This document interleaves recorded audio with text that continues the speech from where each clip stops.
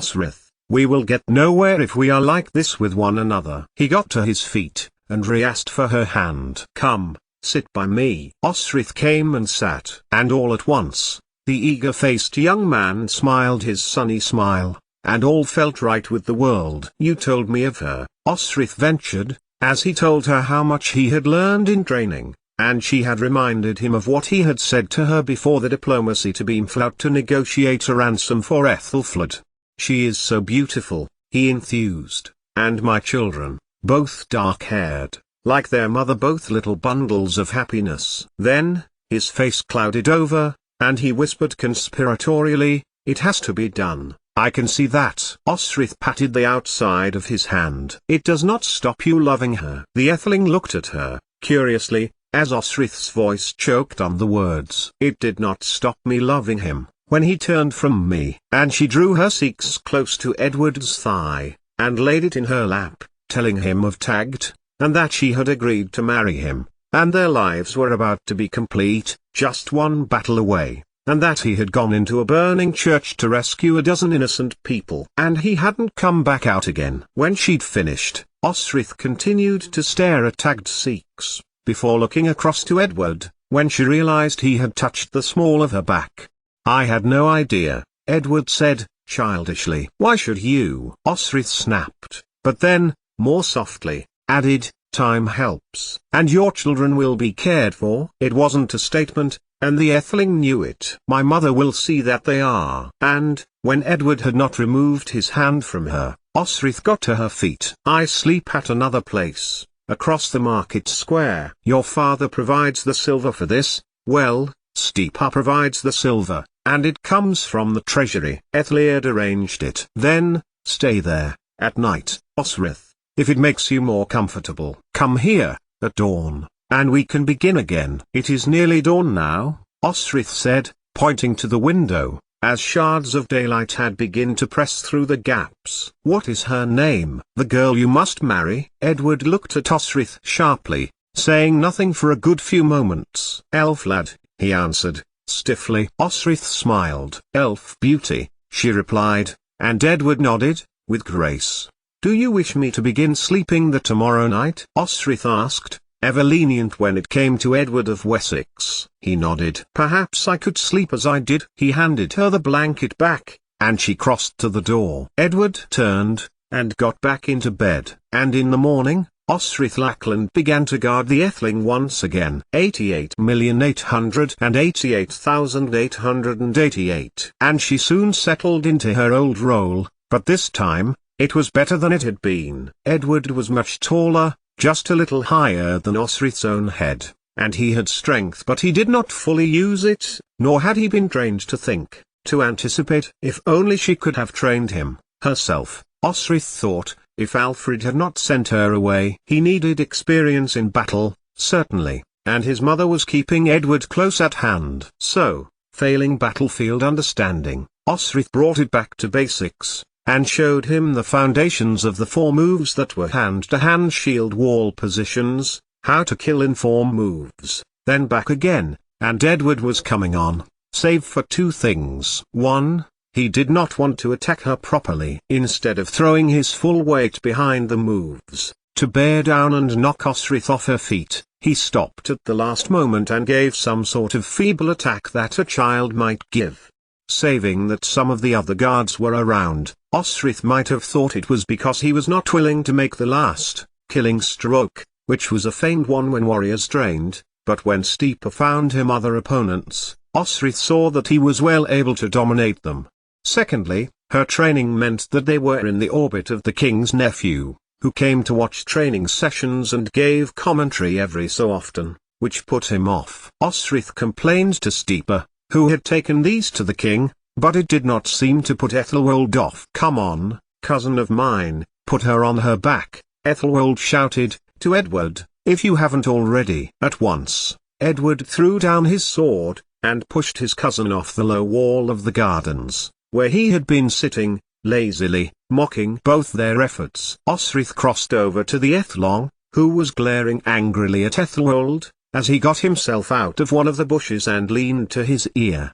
Ignore him, Lord Prince, she instructed, and in the end explained to Edward that a battlefield was a noisy, dangerous, difficult place, where 3 or 4 screams, all conflicting one another, might be heard at the same time, and he should trust and act on his own instinct.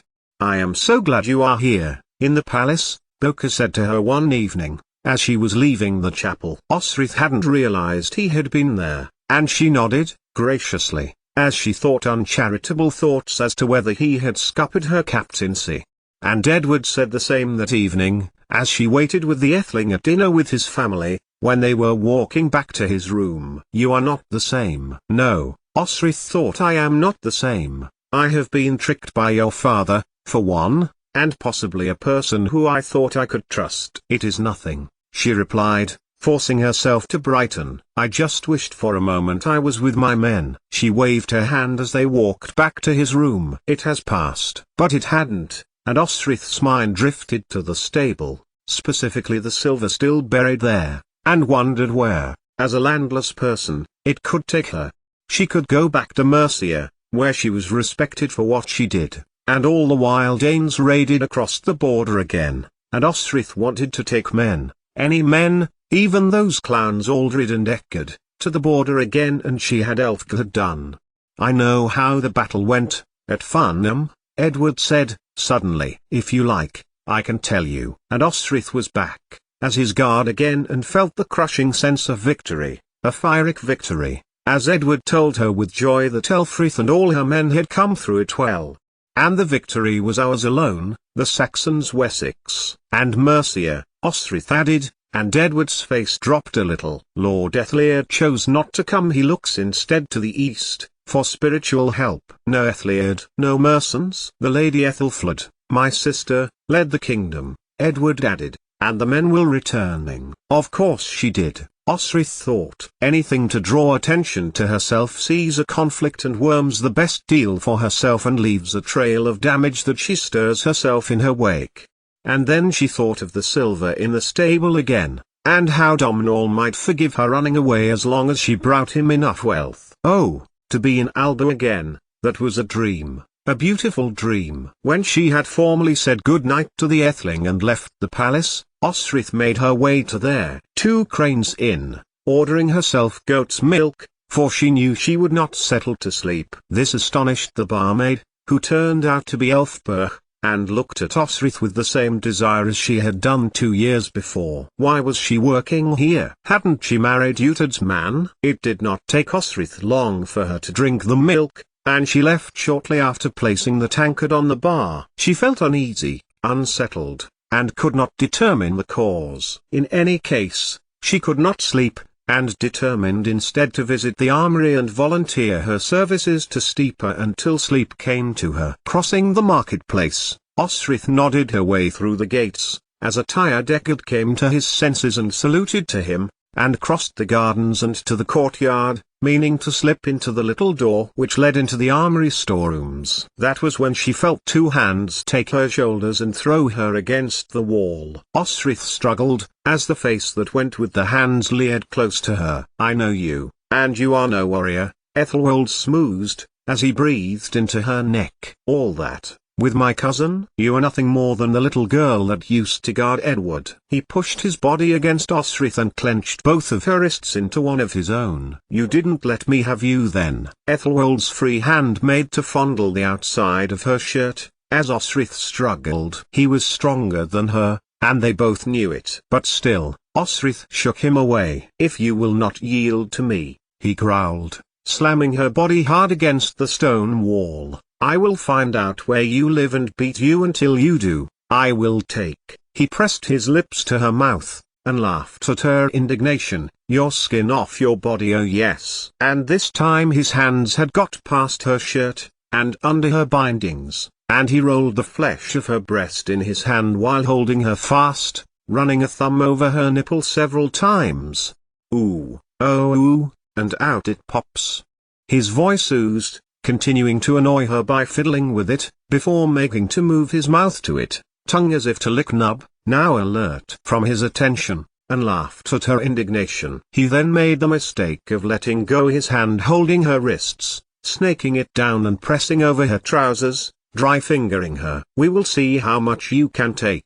And then Osrith drew back her head, and slammed her forehead into his nose. Ethelwold stopped sexually assaulting her, and froze for a second, before staggering back, blood streaming from it. Osrith did not know what it was she was screaming, though she knew it was not Saxon, nor Anglish, and Bué was before her, as he looked back at Osrith, a terrible expression on her face, as she made herself decent. When she realized she was being watched, by Eckard, of all guards, and one or two other younger ones, Osrith leveled her sword to Ethelwold. He made to get up, but Osrith kicked his legs away, and he fell, awkwardly, onto the flagstone floor. The guards laughed, but not for long, as Steeper ordered them to get away. Osrith, meanwhile, was standing over her abuser, 1 foot on his chest, and Bué's spear point at his groin. Steeper put a hand firmly to her stomach and moved Osrith off Ethelwold. "I'm afraid I can't let you kill him," Steeper told Osrith, who was glaring with everything she had at the king's nephew. "Can I castrate him then?" Osrith asked, not taking her eyes off Ethelwold. "I have done it before. Alfred will no more fear of succession." "That is funny," Steeper said, his face looking anything but amused, then took her left arm, forcing her away. But, though Osrith did back away from Ethelwold, she did not sheathe Bué. Instead she gripped the hilt of her blade tighter. "I need you,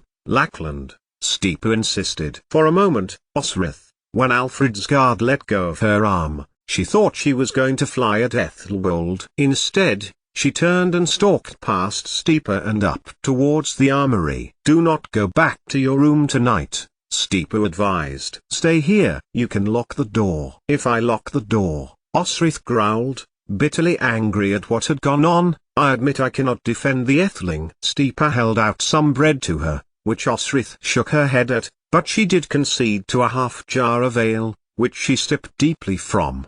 "Everyone knows you could have killed the king's nephew tonight, Osrith," Steeper said, "and no one doubts your abilities." Then, he passed her a mostly clean cloth, nodding towards her face. Osrith touched her forehead. Her fingers were damp with blood, presumably from breaking Ethelwold's nose. She dabbed at her face, nodding back, gratefully. "Enough money in the stables," Osrith thought to herself, again, as the plan began to play out in her mind again. "Find a way north. Find as many ships north." She sipped the ale as Steeper began to polish a spear shaft. "Or walk. Join another army. Join the Danes if they head north." She could speak Norse. Danish was not that much different. And, they accepted women. She could be Kriegik Vind again. Or just go, humbly, and monetarily endowed, to Domhnall. Osrith drained the pot, and handed it back to Steeper, nodding gratefully to him. "I do appreciate what you did," she nodded. "Otherwise, is it hanging for killing a member of the royal family?" "Oh, at least," Steeper replied, his dry humor showing through. "Although in my case a beating first. I probably only broke his nose." She looked at Steeper, and narrowed her eyes. "I was protecting my guards, and he was sneaking around," Steeper explained what the story was going to be. "He will not remember he was drunk." As always, he was not, Osrith thought, but said nothing. "My thanks, Steeper." The big man peered at her, then nodded his head. "No need to thank me, you are one of my warriors, are you not?" He watched as she pushed her chair away and got to her fear. "And you are going to guard the Atheling," Osrith replied, feeling that sleeping behind the thick oak door of Edward's room was infinitely preferable to finding her way back in the dark to her room, and her shrewish landlady. And that, if Osrith thought about it at all, in the future, was, more or less, the place where everything began to go wrong. 88,888,888. Edward stirred when she stepped through his door, dismissing one of Steeper's Wessex guards with a nod. The grateful guard hurried down the passage and Osrith bolted the door behind her. Dampness was on her cheek, though it was probably Ethelwold's blood congealing on the sides of her face. She was not quiet enough to settle down without disturbing the Atheling, though, and Osrith sighed at her indiscretion. "I apologize, Lord Prince," she said, but Edward was out of his bed, bringing his candle with him. He was still dressed, and it looked as if he had just been lying on his bed, brooding, perhaps thinking on his wedding, where his heart lay somewhere else. "I am just going to guard you and your door tonight, if that is preferable." But Edward had come over to her, and was looking at her face, holding the candle high. "Osrith," he said, his voice full of concern. "You aren't making any sense." He looked at her face, then touched her cheek. "You've got blood on you. You're trembling." "It is nothing, Lord Prince," Osrith replied, trying to sound braver than she felt. "What happened?" he asked. "Nothing I can't handle," Osrith replied, and it was true. She would have handled it, if she could have. Did that make her more a Dane than a warrior in service? "Come," Edward said, hand on her shoulder. "You need someone to speak to this night." But he did not send her from his room. Instead, he bolted the door behind Osrith and led her over to his bed. He made to bring her to sit next to him, but Osrith shook him from her shoulders. "I swore an oath to you once, Lord Prince, that I needed to be more powerful than you. I needed to overcome you." Osrith's hand moved to Buie, and she had got her halfway out of her scabbard when Edward sprang back up, staying her hand as he put his over hers, and she withdrew her sword, holding it high. She saw a strange look pass over his face. "It is resolved," Osrith confirmed, and Edward lowered her sword arm.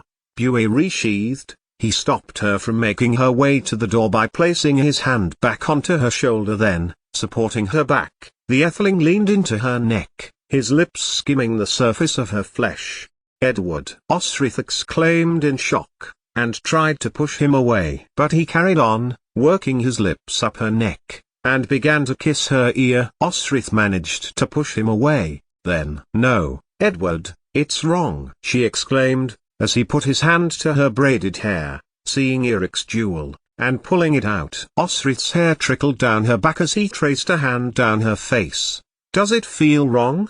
he whispered, as he kissed deeply behind Osrith's ear, and into her hair. It didn't, but Osrith still stepped away. "I always wanted to help you, because you helped me," Edward continued, breaking off every so often as he kissed her neck again. "You guarded me once, and I saw you. I followed you, because I wanted to guard you." He pulled away, and examined her face. "I saw you go to the river, I watched you when you bathed." Osrith felt her mouth fall open. Then, he leaned into her neck again, his hands on her face, but Osrith pushed him away more forcefully this time. "No, Edward. You had no clothes on," he told her. "And when I looked at your body." He followed Osrith slowly, as she backed towards the door. "No," she protested, covering her ears with her hands. "I don't want to hear it." When her back was to the oak planks, Edward brought his hands up to her own, and slowly drew them down. "You were in the kitchen," Edward told her, his voice low, as Osrith's mind raced. "It must have been some weeks before, upriver, under a wide bridge." She had been discreet, or so she had thought, and she had been cleaning herself of her monthly blood. Now, it felt wrong, knowing Edward had seen her unclothed. Again, he had seen her in the stables, too, she remembered. "I looked and saw your beautiful body," Edward continued, as Osrith stared silently at the Etheling. "I saw you, your scars on your skin." He traced over her jerkin where these injuries lay, just below the surface. "From your victories. Those times when you thought you were on your own, in the alcove, and you thought no one was there. You would put your hand just here." Just a small touch to her cunt, because his hands were at her chest. "Yet," Edward continued, his voice still low, "you tied a cloth around your chest." Osrith tried to duck under his arm, but he had anticipated her, as she had taught him to anticipate things, when fighting. "In fighting, yes, but not such as now." "I want to see your cloth," he commanded, trailing a hand over her flattened chest. "Lord Prince," Osrith protested, but Edward smiled his sunny smile at her, and he traced his fingers over the cord fastening at the front. "I just wish to look on you again, Osrith," he explained, his hand pulling the leather cord, and the linen lace at her chest. Osrith gave no protest as he threw her jerkin onto the floor and lifted her shirt. "Why do you do this?" But Osrith pulled her shirt down. "No, Edward. But the Etheling had lost interest in her chest, for Osrith felt him creep his hand lightly, almost timidly, up Osrith's leg, his palm warm and tender. When he reached the top he moved his fingers over to the center, pressing down a little, and made Osrith betray a sigh and shudder a little. But then, she moved aside from Edward, and grabbed her clothes, beginning to pull on her clothing again. I could see your breath on that cold morning, when I followed you. Edward, no attempt to stop her, instead began to talk to Osrith again. You took your hand and placed it here. He trailed his own hand before himself, as if she were still there, then stepped towards Osrith and was now touching her cunt again. And you crossed them, and you went up and down with your hand. He mimicked the gesture, pressing just hard enough for Osrith to sigh, the familiar feeling of pleasure hinting at its arrival around her hips. Then leant close to her ear. I would have gone to you if I had understood. With his other hand traced hand over her stomach, breast and neck. My lord prince. Osrith took a step from him into tist, but Edward gripped her arm. It was firm, but not harsh. It was commanding. You are under oath to me. You must do as I say, he whispered, by her ear. It was untrue. She had been, once, under oath to his father. His hands were enticing, his eyes soft, but his timidity of youth was still there, adding to the discourse, an air of vulnerability around him, so that Osrith was not wholly being seduced and she could turn from the situation if she wanted. She didn't want. But Osrith's mind fought to remind the Etheling of his duties. You are married, Edward, that beautiful girl. She backed away, and began to lace her jerkin. Ecgwin. If the name stirred anything in him, he did not show it. Instead, he held out a conciliatory hand, and Osrith, like a fool, took it. Let us not talk about her, murmured Edward, looking at her face. Let us talk about you. He leaned towards her ear once more, and whispered, but I don't command you, Osrith Lackland. Then, he kissed her neck, just once, as if he were afraid of her, breaking off immediately, and shyly hanging his head. I want to see you throw your head back and cry out, like you did that morning. Osrith thought back. She had wanked many a morning in the shallows of the river, where the current could not have taken her away. It could have been after glancing fine on, and her hand had strayed to clitoris. Before she had known what she was doing to herself, she had placed 2 fingers, one either side of that bump, and had been squeezing them together, rhythmically. It was the quickest way to get herself off, and it had felt good, refreshing. Or, maybe 2 mornings before, when she had pulled her breeches up and bore down into them, folding her legs in, to get that tingling release from the friction. Or maybe the time she had ridden the thumb knuckle of her hand. Could it have been when she had pulled the dry moss between her cunt lips? That had been a good technique, but had left her a little sore, though it had been a very fast way to orgasm. But, she had been careful. She knew it. Edward really must have been determined to see her if he had seen her masturbate. He escorted Osrith by the elbow until she was closer to him, and smiled at her, as if he had just received the biggest birthday present in the world. The world seemed dreamlike as she pulled back from him, the firelight glittering in his fair hair as he moved her to him. Her fate was certain, Osrith knew, and she gave in to his will. Her fingers brushing against his skin as she kissed the Etheling, and she smiled softly at Edward, before he took her face in her hands, parting her lips with his own, tonguing her mouth. Then, Edward broke away. He did nothing at first, looking at her all over, betraying a heavy breath near her neck. Then, he gently lifted the fastenings of her leather jerkin, which he took from her body, before undoing the ties of her shirt, opening them gently and full of wonder, breathing heavily as he pushed away Thor's hammer, which Osrith saw he had noticed. Then, the prince felt around Osrith's chest for the end of the cloth. It was tucked in and, when he found it, let it cascade around her, falling to her feet as it liberated her breasts, which perked up in front of her, her nipples soft, flattened by the material, as they usually were, and the Etheling looked at them, but did not touch any part of her. Osrith felt short of breath as Edward lowered his head towards her. He was tall, as Ethelfled was tall, and at first, and a flicker of feelings towards him made her tremble a little. Her nipples hardened as a cool breeze flitted about the room from the tiny gaps in the wooden shutters. Osrith watched as Edward made to touch her breasts, his hand quivering with uncertainty as he closed on one, then the other, feeling them, rounded, in his palm. He stepped closer now, his eyes between her breasts and her face, like a man who had seen a true wonder and was not sure what to do about the sight. Osrith did nothing, but waited. Perhaps the boy would get tired of it, and she could curl up by the door and guard him like she used to. But he was a boy no longer. He had his hand to her face, taking a hand to trace the axe mark, which so nearly took her ear or more, outside Dunnottar, as she defended the younger brother, Eric, as she had sworn to do, then placed his lips on the diagonal scar made by Giric, as Greogair, when he had come to defile her for her resistance to matrimony to Guthard.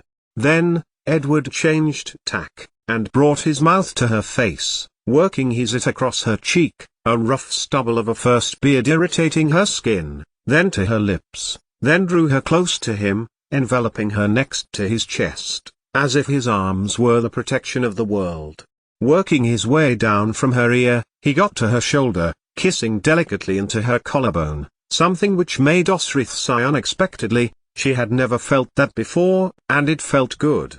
Edward continued kissing Osrith, past the indentation of her collarbone, then further south, before going back to her breasts, this time using his mouth to kiss between them, then slowly running his tongue up her neck. It was good, the softness, the uncertainty of his touch. It was heightening her pleasure. Osrith had never felt like this before. The Etheling's hands gently caressed Osrith's back, her waist and hips, her arms, her shoulders, and she felt their heated bodies pressed together, with just his shirt separating their naked bodies.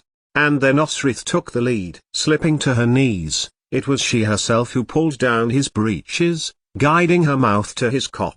Osrith was to remind herself later, when she fought to recall in her own mind how it had all begun with the prince. The firm, rigid shaft, muscles under her tongue gave resistance as she moved her head in and out, her choice this time, not like the forced, choked act of the Ullaid warrior, 9 fingers, hand on her chest, the wet terminus of his shaft forcing itself into the back of her throat onto the hard sand, his hairs catching in her teeth, like a furry, hot snake, until it emitted its potent venom.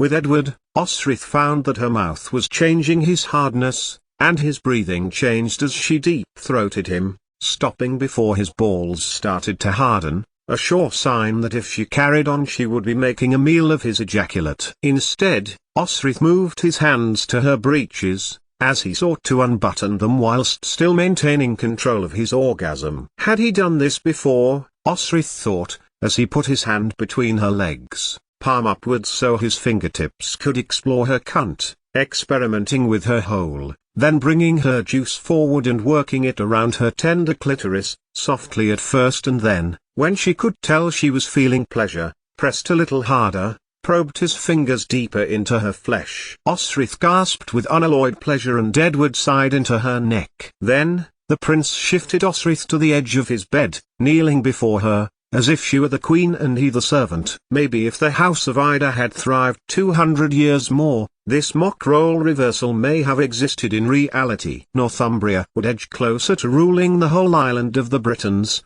and Wessex in the descendancy. And she might have been betrothed to Edward of Wessex as he sought to take the northern lands as its king, and she its queen, and Edward rested his against the inner of her knees just to look at the flesh between her legs, as all thoughts raced from Osrith's mind as she wondered what he intended. For a moment, she thought that look was all he was going to do. Then, gently, Edward moved her legs apart, smoothing both hands down her thighs starting from her knees, using his thumbs to massage her labia, his head still, as if truly fascinated with what he had found. Then, he lowered his head to her cunt, pressing his lips to hers, his tongue replacing where his fingers had just been, and Osrith opened her arms wide as she lay on the bed, feeling a dozen feelings that she had never achieved alone. Was it was like, then? Constantine had never done this to her, though Osrith did have some idea that it could happen.